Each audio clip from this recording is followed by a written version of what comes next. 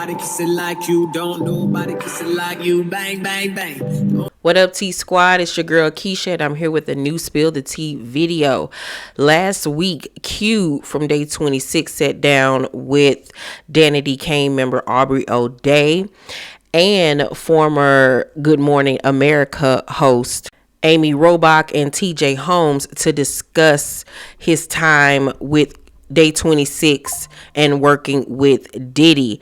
And he finally revealed the incident that happened that has scarred him for years. You know, we have seen him and his other band members in interviews, and he has broken down crying and discussed how this incident changed his life forever. Let's take a listen and hear what he had to say.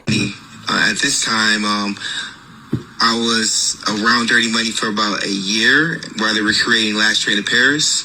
And I guess I was around because I was dating Dawn. So Diddy's like, I think he was very, very high. He's like, we're going to go to the Hamptons.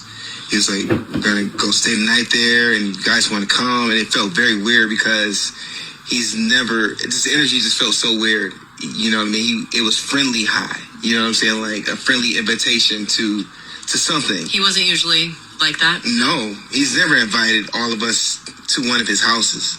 Before we get to the Hamptons, they're like speeding in these black SUVs on the expressway very, very fast. Like they were in a rush to get to the Hamptons. We get to the Hamptons and we walk through the house and we arrive in the backyard near the pool. And my ex at the time, which was Dawn, she gave me an ecstasy pill. And she said... Is that what she said it was? Yeah, she said it was ecstasy. And she said it was from Puff to give to me. And it was red. And I took it because I thought I was going to get freaky with my girlfriend. You know, we tried ecstasy before. And I trusted her that that's what it was. So I took it immediately and she had one too. He gave her two of them. I took mine. Within like 20 minutes, I knocked out and blacked out. Yeah. I woke up in the twins' bedroom in the basement, and I woke up out of my sleep screaming very, very loud. Who are the twins? I don't know their names. You're talking about Diddy's daughters? Twins. Okay. Yeah. Diddy's twins. His girls. Yeah, I woke up in their bed. Two cameras filming me, and they were laughing as I woke up out of my sleep, screaming. And it felt like... I'm not gonna cry. Okay. Yeah, take your time. It's okay. It's understandable that you're reliving this and emotion comes with it. There's just no way around it. So it felt very sacrificial. That's what I meant when I said I felt like they were trying to hurt me or Diddy was trying to maybe sacrifice me that night. I didn't say, when I went on Vlad TV, I didn't say anything about finding a sacrificial email. Hold on, what he's discussing in regards to Vlad TV is that's one of the interviews that the boys did. He had to leave gaps within that interview, and they decided to fill those gaps. It's kind of what I've experienced this past week. As you guys know, we started this out, and it was, you know, we all have this intention to talk our way through to the end of this trial and hopefully see justice for whatever is proven and whatever the jury decides. Even you had situations that were just made up out of nowhere. So did I last week. Q was discussing one in which he couldn't say certain things because he's honoring a contract.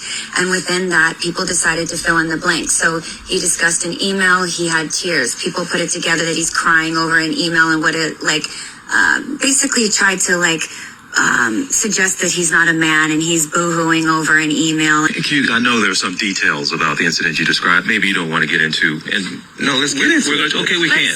Can I go with how, I know you can be open about how it made you feel, right? So you're saying after this particular incident, you left there feeling, you called it sacrificial, but you felt as if they were going to hurt me in my sleep because I woke up screaming. I woke up out of my sleep screaming. So what I mean by it felt like sacrificial, it felt like someone was trying to hurt me or take me out because I possibly couldn't have woke up out of my sleep that night. Do you know what happened to you? I woke up screaming like a girl to the top of my lungs at a high pitch. Well, did you have clothes on? I think I was in my shorts. because I remember jumping into a swimming pool. But do you believe that some of what happened to you was recorded on one or many of these iPhones? Oh, yeah. I saw phones and lights. It wasn't a video camera. It was a phone camera light. So there are people who do know what happened to you, and there's a reason you believe why they're not telling you? Mm-hmm. So, because I know he couldn't say a lot, because I believe he signed that contract when Diddy gave all of the bad boy artists back their rights to their music. He had stipulations in the contract that said that they couldn't disclose certain things. So some people signed the contract, others didn't. So obviously he was one of the people that did sign that contract. So like I said, I know it's a lot that he could not go into. So it leaves a lot in question. And one of the questions that I have is, was this a prank or, people playing around and it went left, or did something horrible really happen to him? Because he said that he was in his swim trunks. They had jumped in the pool. He took this pill. He was knocked out, wakes up screaming to people standing over him, recording him. So was it, like I said, them just making fun of him because he passed out or whatever? Or did he wake up screaming because, he was obviously under the influence? Was it a situation where he woke up sore down there? Did he feel like he'd been physically violated? Were there any signs of him being physically violated? These are the things that I want to know, because I've never heard him say that, and I don't know if he can say that or if he cannot, but it just leaves a huge question mark on what happened, and what exactly was filmed that night, So after this interview made its rounds, Q took to his Instagram to further explain the situation. He wrote, "I take full accountability for what I allowed into my life because in the end I had a choice. But let me be candid. I genuinely believed I was taking something I tried before.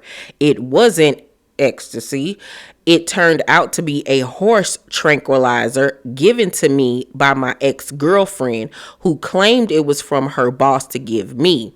Roughly 20 minutes after swallowing that red pill, my body heated up and I collapsed into unconsciousness. I remember being on the upper level of the mansion near the pool and then nothing. I later woke up in a room downstairs, lying in a bed with no memory of how I got there. I emerged from a deep paralyzing sleep, screaming and sobbing, my body in shock, my mind spinning in confusion. The horror of realizing I'd been shmugged with something far more potent than I was led to believe shattered me. There were 2 red pills. She never took hers. That part always haunted me. It felt less like a shared experience and more like an experiment, like I was a lab mouse in some twisted trial to see how fast I'd collapse. And none of it was funny. It was terrifying. My trust had been manipulated and my vulnerability exploited. After I came to, hallucinations, racing thoughts, intense paranoia, and crushing anxiety. My thoughts weren't clear. My memory started slipping. It felt like my mind had regressed. I was forced to relearn basic things with the support of doctors and loved ones. The pill had broken me mentally, emotionally, and spiritually. Whatever ritual, spell, or manipulation that pill carried, it hijacked my autonomy. I began isolating myself. Sleep became my only escape from the pressure in my skull. I truly believed it was orchestrated by her boss, a display of power meant to destabilize a weak mind and instill fear. To anyone quick to judge or dismiss my trauma, please remember you weren't there. Mental health is a silent war, one I fought in the shadows for too long. When you love someone, you're willing to go to unimaginable lengths for them. Trust becomes your compass. This journey I'm on is about reclaiming my power, choosing truth, and healing out loud." Okay, so this was way clearer than the conversation he had on Aubrey's podcast. So he's stating that it wasn't an ecstasy pill, it was a horse tranquilizer. Oh my goodness. And that she hadn't taken her pill. And that when he initially took the pill, he was in one place and woke up in another place. Don't know how he got there. And he's saying that whatever was in this pill, he felt was sacrificial and all of this other stuff. Now, I don't really know about that whole situation of it all. I don't even know. I don't even really know what to say regarding this situation, because these are some wild claims. Nowhere in this, once again, is he saying that he was physically violated in any type of way. So once again, was this a situation where, of course, if he was told it was one thing and then it was another as far as the pill goes, that is totally 1000% wrong, that he was lied to. So I'm wondering, was this a joke gone wrong? Once again, it's just so much. It's so much. And I don't want to downplay his trauma and what he's gone through, because this is something that has been affecting this boy for years. But it's obvious that he feels some type of way that, like I said, like he said, that his trust was violated. He trusted Dawn in that moment, and obviously he was lied to. Now, I don't know if she knew that it was a horse tranquilizer, allegedly, or what. But Dawn immediately spoke out after the interview and after his further statements on his Instagram page. And this is what she had to say. I want to be unequivocally clear. I have never shmugged anyone, nor have I ever given anyone pills to take. The suggestion that I did so is categorically false. If such a belief were genuine, it would be inconsistent with the actions that follow, such as inviting me into your home, introducing me to your younger sisters and family, and continuing a relationship with me. It would also be inconsistent with choosing to attend social events with me, engaging with individuals I had previously expressed concerns about, and continuing to live with or provide favors to those same individuals.